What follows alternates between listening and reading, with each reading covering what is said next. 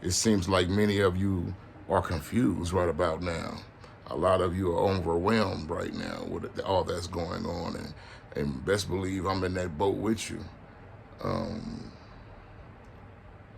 there's a lot of talk that's really off the base of what we need to be focusing on right now. But I just wanted to double set this record straight, to my Hispanic community. Don't you think the brothers have left you, the blacks have left you, you know, or nothing like that? We are all in this boat together. And the fear of even us being deported, knowing that it's a possibility now that this man is in the House and the Republicans own they have the whole House. You know what I mean? So they have everyone in their pocket. And they are trying to rewrite the Constitution. So don't think that black people are not in fear of being deported or being put back into slavery or being sent back to Africa. You know what I mean? Because truth lies is that we're not actually American. I mean, if you want to get real technical with it, um, we were brought here, you know, and there was things that were written that because we were brought here and due to, we had families here and formed citizenship pretty much in a great sense, we were allowed to stay here and so forth after slavery or whatnot. But it was a lot of things that were a lot of acts that were put into effect, as years and years progressed that made us be able to be here to this point, and this man is trying to erase all those things. So best believe, we're on the edge of our seats as well. It's not just a Mexican thing, and for those that are out there making fun with no pure education and understanding about what's going on, uh, if you haven't read the Constitution, I suggest you go and read it, and see the loopholes and the spaces to where things can be rolled back. You know what I mean? I mean, rolled back to the 1800s. You know what I'm saying? So I think everybody need to take this a little bit more serious than what they're taking it. It's not a time to be pointing no fingers, hee hee ha ha, and all I told you so, and we past this now. You know what I mean? We need to get past it now, because now it's time to start trying to come up with a plan, a strategy on what we're going to do as a whole, opposed to bickering about who's making fun of this race and who's making fun of this race. And in actuality, no one needs to be laughing at anyone, because again, that word American was just an attachment to us. You know, a lot of us are not pure Americans. So, I mean, if they want to get technical, everybody can go back to wherever their original regions are. So I think everybody needs to take this a little bit more serious and try to get more in tune on what's going on, get detailed information. Matter of fact, make sure that you're reading it, from a reliable source. Don't go on a whole lot of hearsay. It's a lot of people going on hearsay. Oh, the Section 8 is not going this, and Section 8 is not going to be affected, and Medicaid is not. The Chicago, Illinois, right now, they're on the news, where they have this encountered their funds to be, tampered with or disturbed and so forth. So, like I said, again, go do your own research. You know, everybody has a news station, a news channel that they can go to, and I suggest that you stay glued to it instead of Facebook, TikTok, and all this distraction. That's all it is distraction. And we had 2 plane crashes here recently. We got the fire going on in California. You know, it's time for you guys to understand the game of chess, because y'all playing checkers right now. This is a man who understands how to play the game of chess. And also, when you have the table in your possession, when you get everyone off the on the board in your pocket, you own the board after that. You see? But then again, the only way to stop this game of chess is to destroy the board. I'm gonna let y'all ponder on that for a little bit, as I move on, to something else. He played chess, you know what I'm saying? So, he put all his pawns together, got everybody set up right, you know what I mean, for the Senate, people in his back pocket. He got Congress in his back pocket, and he signed a whole lot of bills here recently, which are just nothing but stepping stones. You know what I mean? Things to pave the way for him to take away those things that you think he cannot touch. So again, don't be afraid to get online. There's going to be some things you'll be able to find online, and I wouldn't suggest that you rely on all of it, you know what I mean, because some things are going to be tampered with. Understand that's something that neither you or I control. It's been a reliable source for many years when it comes to a lot of things. But right now, in critical times where we are now, I don't think that you should take it all at face value. You should do a little bit more digging, go to the library if need be, get into actual books and understand how the house is set up, and understand how we ended up where we are at right now today, to where we have lost control of the house, pretty much to say so. But there's still fighting tools, that we have, and that's our brains. And we can't use our brains if it's so inflicted with so much strife and stress, you know what I mean? So yeah, we have to get them moving fast. That's pretty much it in a nutshell. I would suggest that everybody start trying to go get seeds, tomatoes, lettuce, cabbage, whatever it is that you eat. I would continue this on. A lot of people started during the pandemic. Hopefully, some people took that into consideration. You know what I mean? And continued on growing for themselves, because the price of food is about to skyrocket. Everything is about to go haywire. So I would prepare for that if I were you. Hold on one second, y'all, man. I think got a little parched and whatnot. I need to get me something to drink. Hold on, I got a little something right here. Ain't nothing better than a little bit of brown when you get down, you know what I mean? And right now it's one of those times where, anyway, I'm a little upset. So, being a little tipsy, to shake this little edge ain't such a bad idea right now. It's a lot of things that we need to think about. And one thing is unity. All my black sisters and brown sisters and Asian sisters and brothers and so forth, it's time for us to come together. I would like to get a chance to speak with some other people out, those that watch this video. Hit me on my inbox. It would be nice to start a march, here in Vegas. Get all our brothers and sisters together from all nationalities. And let's let these people know that we are here, and we're not going to take or tolerate anything that's less than humane,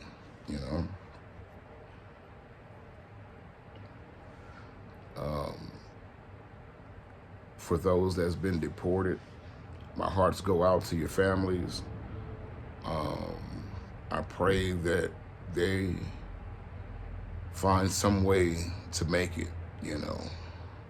because I can, putting the shoe on the other foot, man, I mean, that's all I can try to do right now in my mind, and I hope that everyone is trying to put themselves in that same shoe and understand that this is painful. This is not a funny thing to be laughing at, You know, I have a lot of Hispanic friends. So when this guy made this post today, actually, it kind of pissed me off, you know, because he was ready to put blacks in a whole box behind a few people who made some snide comments or remarks or laughing at the fact that, you know, like I say, of this AI picture that's going around, or was told to be AI, allegedly said to be AI, where this man has a Trump shirt on, Hispanic, and he's being deported or whatnot.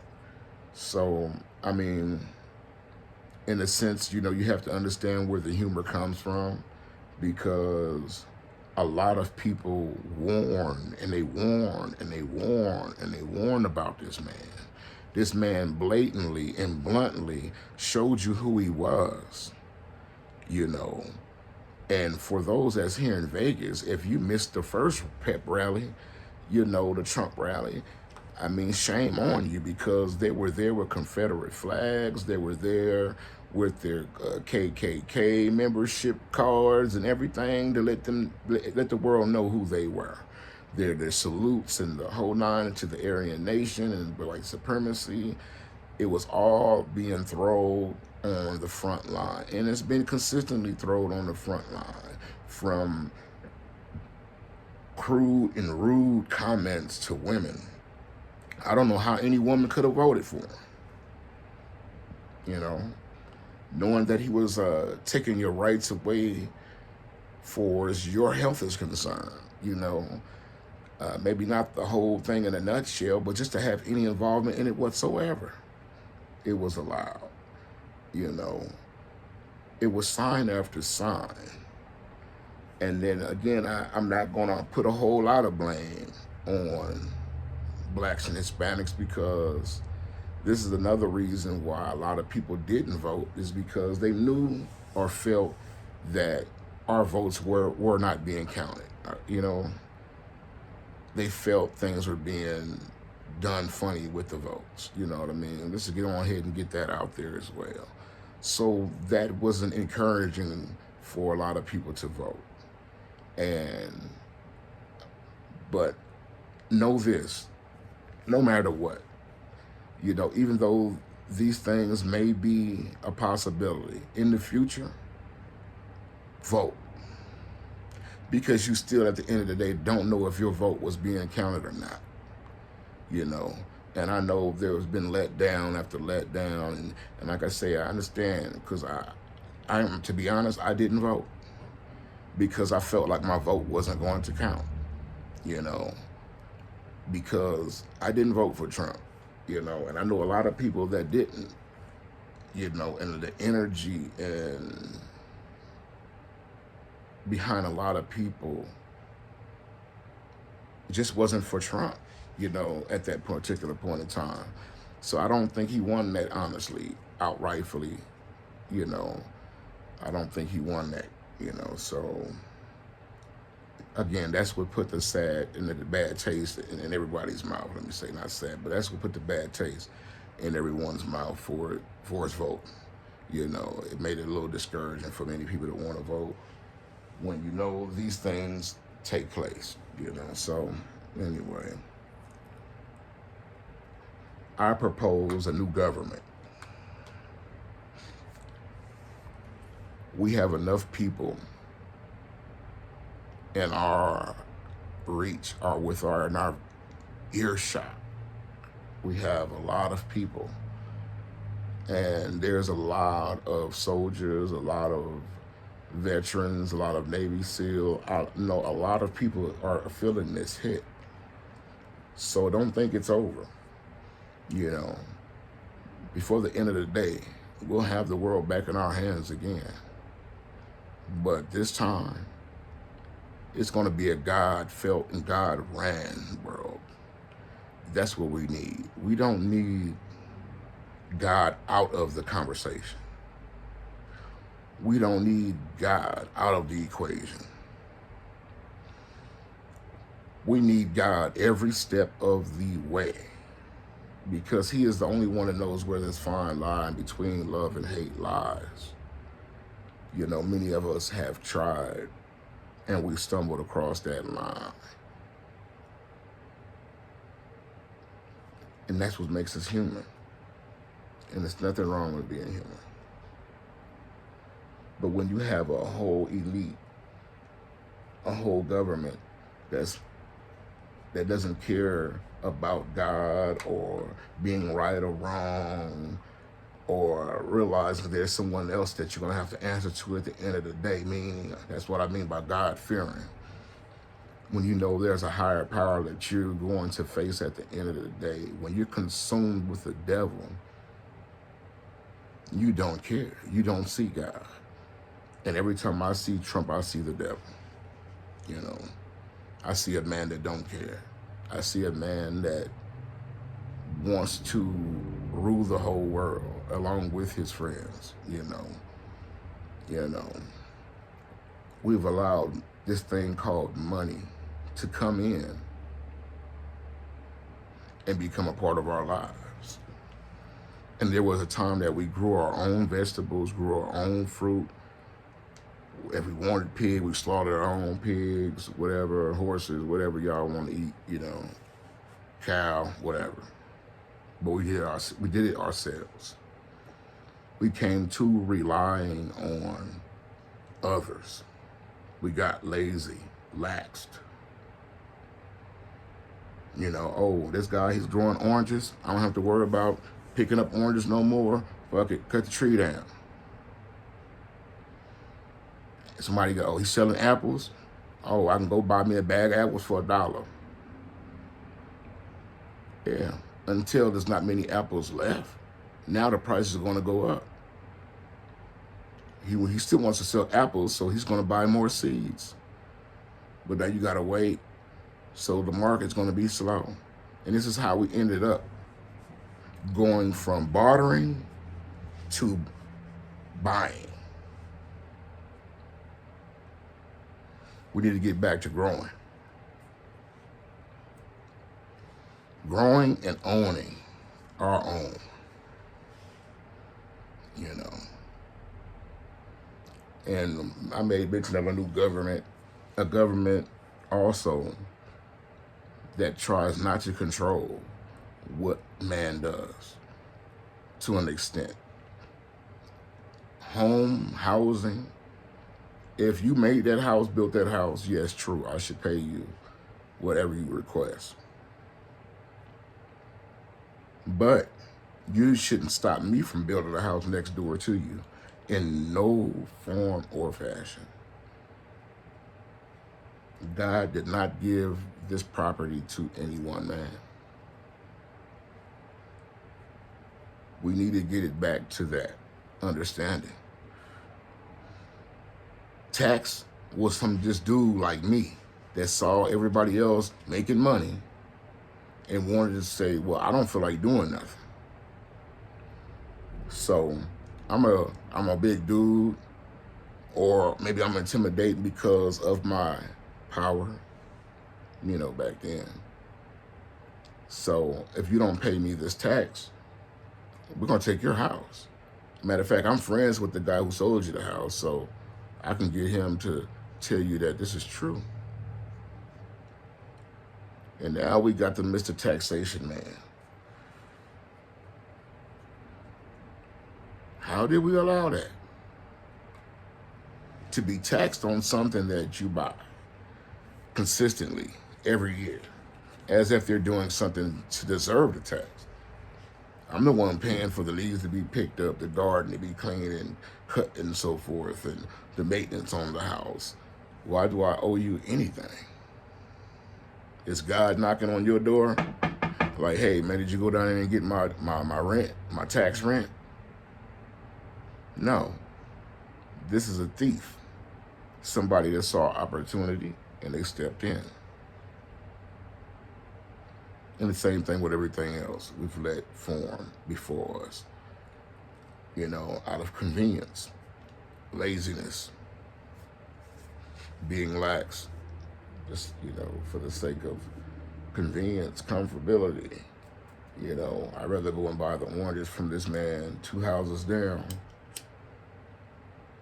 When I don't when you just, it's a slap in the face. Well, this man kept his tree. He's making money off his tree. He decided to make more trees so he can make more money in hopes to get more lazy motherfuckers like you.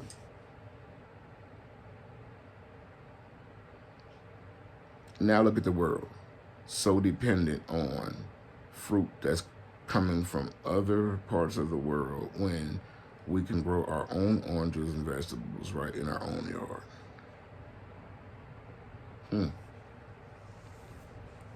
Ponder on that for a little bit. You know, oh yeah, it's nice to have a nice warm house, heater, you know, AC and all this good stuff, you know. But these are things that you could have done on your own, you know. But they got it so cornered. They got the market cornered. Again, like I said, I don't know how we allowed it to get this far. How did we allow somebody to corner the market? Well, again, we didn't have no control back then. You see, it was only a set amount of group of people back then, and they made the laws and made the rules, and people fell in line, especially when guns came about. Nobody wanted to go against the gun. People say, oh, how did black people end up in slavery? Well, let somebody fire some strange weapon off at you. Let somebody fire a strange weapon off at you from yards across and kill the person in front of you or whatnot. You'll be a little, okay, you know, ready to surrender too after you see multiple drop. Like, well, damn, you know, what kind of accuracy does this thing have? Accurate enough to kill 2 or 3 in front of you. And a lot of people were scared of dying. I mean, a lot of people talk tough. Oh, man, I ain't scared to die, whatever, especially a lot of you youngsters, you know, may say it. But you really don't feel that way until you lived. You know what I mean? Once you get that high shell, or once you experience that near life, near death experience, you'll think twice about that feeling. You know what I mean? You know.